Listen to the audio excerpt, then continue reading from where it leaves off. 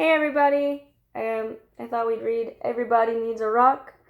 This is a fun book by Byrd Baylor and Peter Parnall. He's the person that did the pictures. And I have a lot of friends that like to collect rocks. And so I thought this would be a fun book to share. It says, Everybody needs a rock. I'm sorry for kids who don't have a rock for a friend.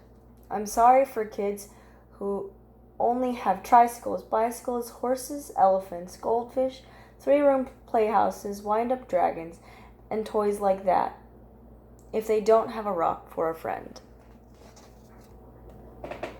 This rock that she's sitting by is shaped like an elephant. That's why I'm giving you my own 10 rules for finding a rock.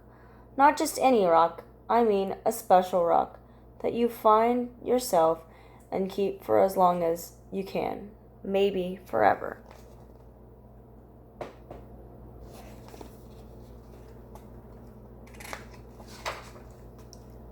If somebody says, "What's so special about that rock?"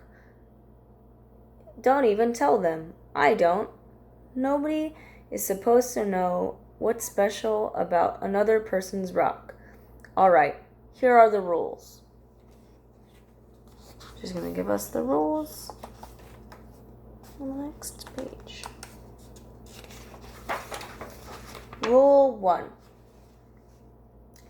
When you are looking for a rock, don't let mothers or fathers or sisters or brothers or even best friends talk to you. You should choose a rock when everything is quiet. Don't let dogs bark at you or bees buzz at you. But if they do, don't worry. The worst thing you can do is go rock hunting when you're worried. I don't know. I've gone rock hunting with people, with friends. You can do that, but maybe the rock that you find is special just to you.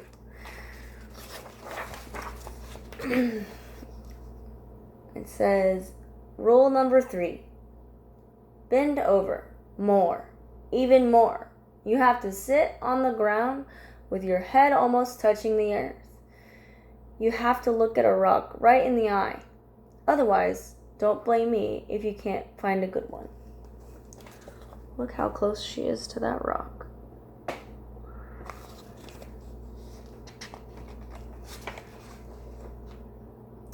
Rule number 4. Don't get a rock that's too big. You'll always be sorry. It won't fit in your hand right, and it won't fit in your pocket. A rock as big as an apple is too big. A rock as big as a horse is much too big. So she's saying a good rock to keep is one that isn't too big.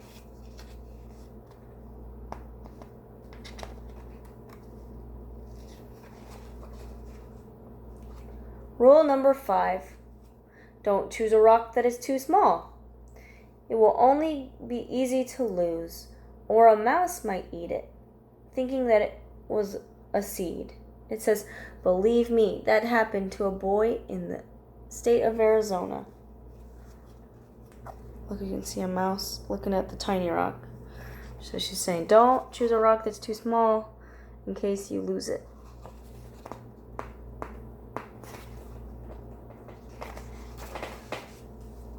Rule number 6. The size must be perfect. It has to feel easy in your hand when you close your fingers over it. It has to feel jumpy in your pocket when you run. Some people touch a rock 1,000 times a day. There aren't many things that feel as good as a rock if the rock is perfect.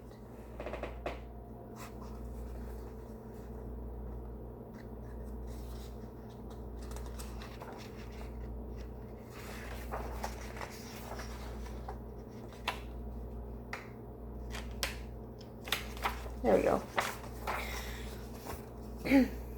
Rule number 7. Look for the perfect color. That could be a sort of pinkish gray with bits of silvery shine in it.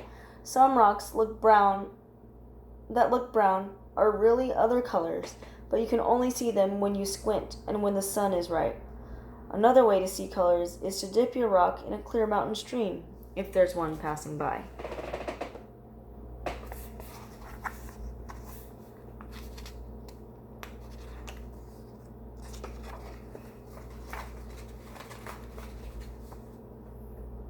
Rule number 8. The shape of the rock is up to you. There's a girl in Alaska who only likes flat rocks.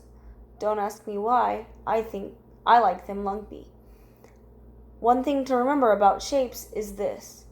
Any rock looks good with 100 other rocks around it on a hill. But if your rock is going to be special, it should look good by itself in the bathtub. It's kind of silly. But look, she put her rock all by itself in the bathtub.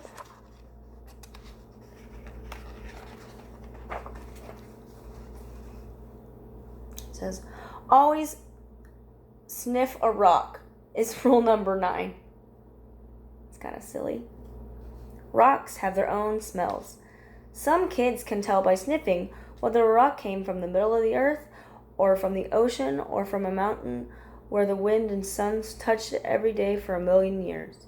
You'll find out that grown-ups can't smell those things. Too bad for them. They can't smell as well as kids can. Look, she smelled a rock and she's thinking about what it reminds her of. Well, it looks like some mountains.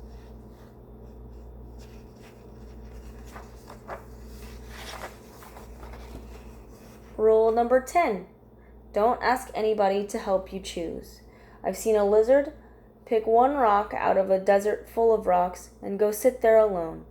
I've seen a snail pass up 20 rocks and spend all day getting the one it wanted.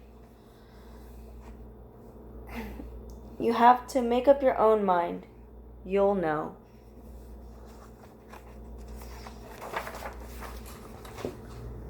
All right, that's 10 rules. If you think of any more, write them down yourself. I'm going out to play a game that takes just me and one rock to play. I happen to have a rock here in my hand.